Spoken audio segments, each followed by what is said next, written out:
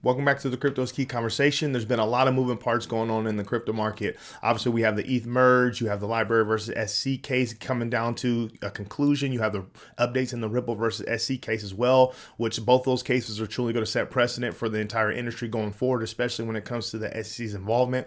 We have the FOMC meeting with Jerome Powell and the Fed coming up. We have one on the 20th and 21st of this month, so September 20th through the 21st. There's been a lot of speculation in the community as to, what are they going to do? Are they going to take a more hawkish approach and, go a full percentage, 100 basis points? Or are they going to do what, the community's thinking in regards of pricing, already pricing in 75 basis points? Or are they going to come in, and shock the market and say, oh, we're only going to go up, 0.5%? It's going to be a waiting game to kind of see what happens when it comes to those meetings. If we come over here to the to CoinGecko, we're currently sitting under $1 trillion market cap, currently sitting at 960 billion. Bitcoin sitting at 18,980. Ethereum is sitting at 1329. XRP is sitting just above 37 cents. Come over here to the Bitcoin Fear and Greed Index. We're in this extreme fear range, still sitting at a 21. So obviously there's a lot of market turmoil, a lot of fear and uncertainty still in the markets, and there's a lot of reasons why, especially this whole FOMC meeting, and then just all the speculation and conversation that's been happening about, some major crash coming and all these FUD campaigns that's been happening. At the end of the day, no one really knows what's going to happen. Obviously, if you're an inside person that has inside information, you're going to be able to prepare well ahead of everybody else, but no one really knows what's going to happen. It's going to be a waiting game to kind of see how things plan out. Going to have an update here from James K. Fallon. Says, breaking: Ripple Labs, Brad Garlinghouse, and Chris Larson filed motion for summary judgment seeking judgment as a matter of law. It says, FYI, these motions were not expected until Monday, so they were filed early. So this came out Saturday, I believe, and which was huge. Everyone was shocked, like, wow, usually when it comes to the litigation with the SEC, things are, if not, on time, delayed. But the fact that they came out early, especially both sides, was kind of interesting. Jeremy Hogan had made a video. He says, new video, Ripple versus SEC, which is a great video. I highly recommend you go watch it. It says, Ripple pulls the rug out from under the SEC's Howey argument in a summary judgment brief. Enough said. So just to quickly touch on this, I watched the video. I've been, reading through the motions and hearing other people's perspectives within the community, like Johnny Deaton and the like. And a lot of the things that came out was the fact that on Ripple's side, they didn't put, I think outside of like a few footnotes, maybe, they didn't put much in regards of, the conflicts of interest or William him and stuff. So everyone was a lot of people are speculating within the community, like, okay, obviously they both came out with, their motions early or whatever. And there's not anything outside of, the argument of the SEC or how they're classifying the SEC argument within the case. So why would Ripple take that approach? Why did everything happen the way it happened? And they're speculating that, hey, maybe they're already in the talks of working out some sort of agreement. Maybe the SEC saying like, hey, we don't need more, light shed on us. Don't throw in this information. We're kind of already working out a deal. And then this was kind of, Ripple's and SEC's approach. Who knows? It's going to be a waiting game to see what happens. There's people speculating that, we can have a resolution in regards of a settlement, any day now, this month, any time before the end of the year. Who knows? It's just going to be a waiting game. But I highly recommend you go check out Jeremy Hogan's video on legal briefs, his recent video, which is quite interesting. XRP Crypto Will says Ripple is winning the XRP lawsuit, or the SEC will settle to avoid a huge loss. Jeremy Hogan says if the SEC loses this on the, quote, non-post sale obligations argument, it's in big trouble. So coming over here, Attack Titan, the Glimmerman 00 responded to Jeremy Hogan here, and it says, why didn't Ripple start the case? Why didn't Ripple start the case off with this? Only thing I can think of is they held this card to their chest for an in-game play so the SEC would have less time to manipulate a response. Let that sink in. So let's listen into this. It's about 1:13 long. This is Jeremy Hogan from his video, a little clip. Looking at page 19 of the brief, quote, there also can be no investment contract unless the contract includes an undertaking of post-sale obligations by the promoter to the investor. Otherwise, the contract is simply an asset sale. The Blue Sky cases rejected attempts to fit contracts without such obligations into that statutory language. So what's that mean? That means that when Ripple sold or sells XRP to you, it must have a legal obligation to you of some sort in order for there to be an investment contract and for there to be a sale of security. Let that sink in for a second. In other words, when you bought XRP, Ripple must have had a legal obligation to do something for you. But think about it. If Ripple decides to drop XRP altogether and use XLM instead for cross-border payments, do you have any legal recourse? No, you don't. There would be nothing you or I could do about it. Ripple has no legal obligation to you, and that, my friends, according to blue sky laws, which interpret the US securities laws, is the sale of an asset and not of a security. Looking at So he does a great job of trying to break things down in the sense of, in terms that we can understand as just normal people that aren't in the, the legal world. Shout out Jeremy Hogan, shout out Attack Titan. Great information, great content there.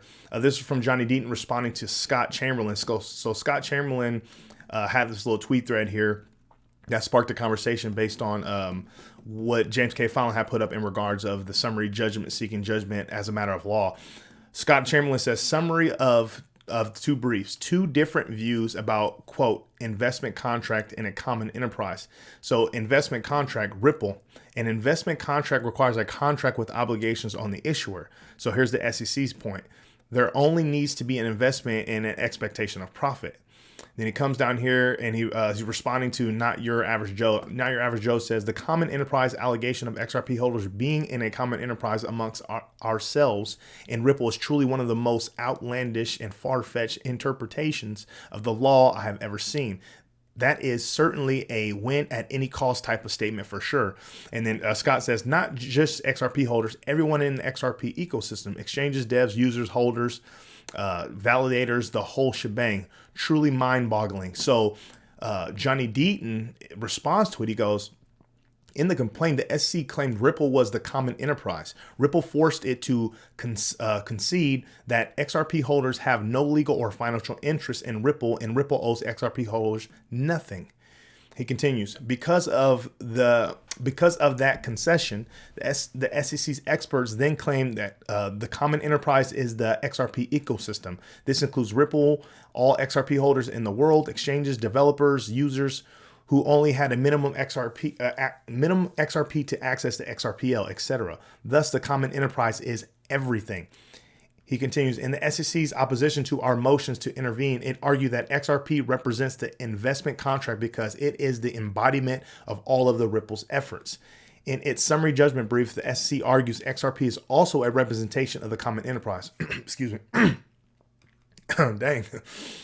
He continues, yet in the same breath, the SEC claims it isn't arguing XRP itself is a security, but arguing that XRP itself represents all of Ripple's efforts and promises, in that XRP represents the common enterprise. It really is arguing XRP itself is the security.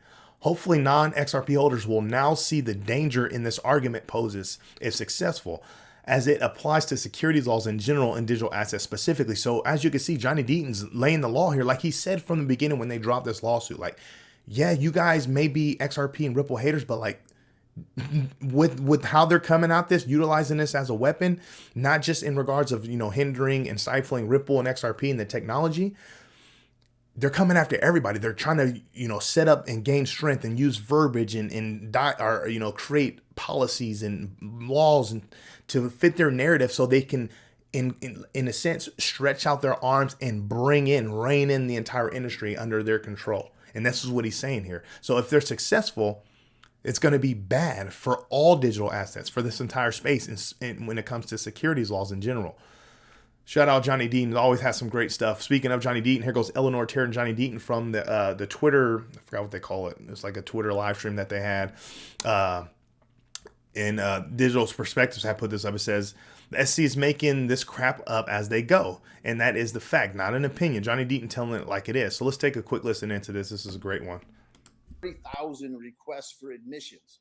And in those requests for admission, they destroyed the SEC because they made the SEC admit that there is no duty by Ripple to an XRP holder. There's no duty. And that an XRP holder, by owning XRP, has no legal interest in Ripple, the company. And so then they shifted gears And then their expert witnesses started testifying that the common enterprise is the XRP ecosystem. Well, what the hell does the XRP ecosystem means? That means everybody. That means Ripple. That means you as an XRP holder, me as an XRP holder. It means Jay from Spin the Bits as an XRP holder. It means anybody.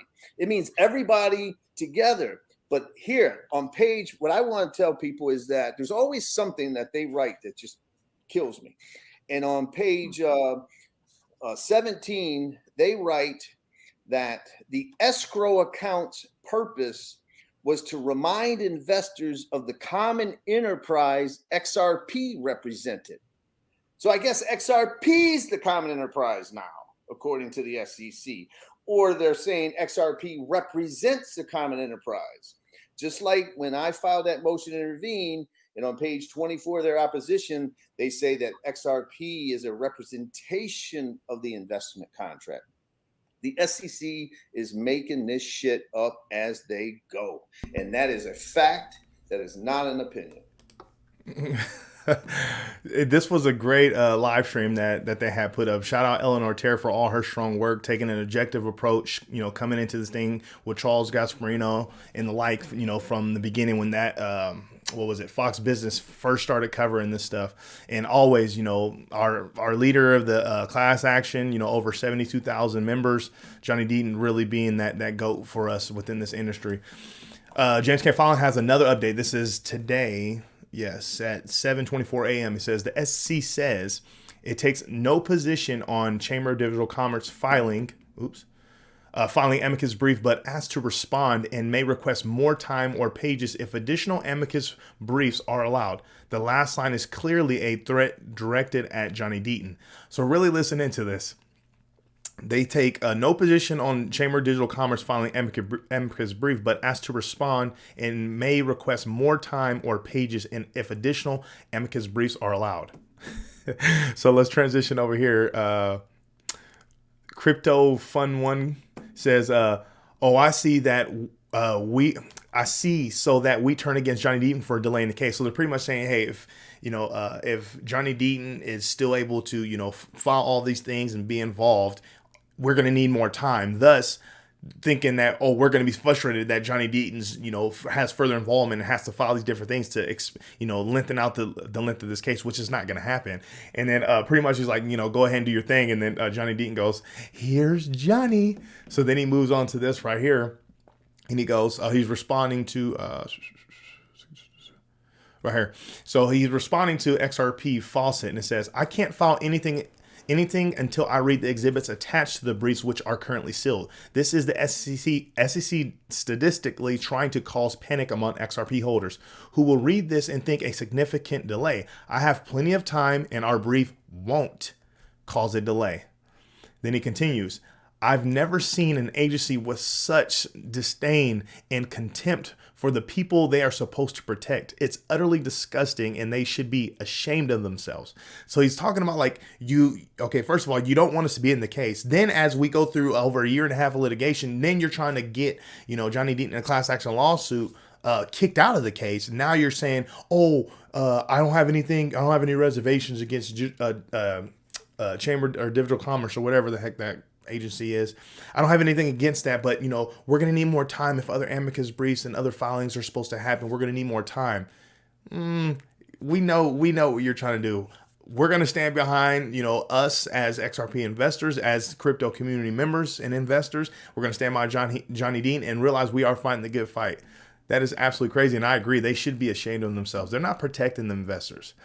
That's the update I have for you. There's a lot of different stuff that I could have covered, but I felt like this was kind of like a concise version of the important topics, especially when it comes to this Ripple versus SEC stuff, the library case versus SEC, the SEC involvement within the entire industry, and how their verbiage and their language and how their actions can truly hinder the innovation and growth within this space, which is it can be very detrimental if they get their way.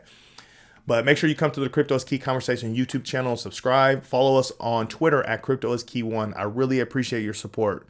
No doubt, I really do. With all that being said, stay strong out there. Be safe.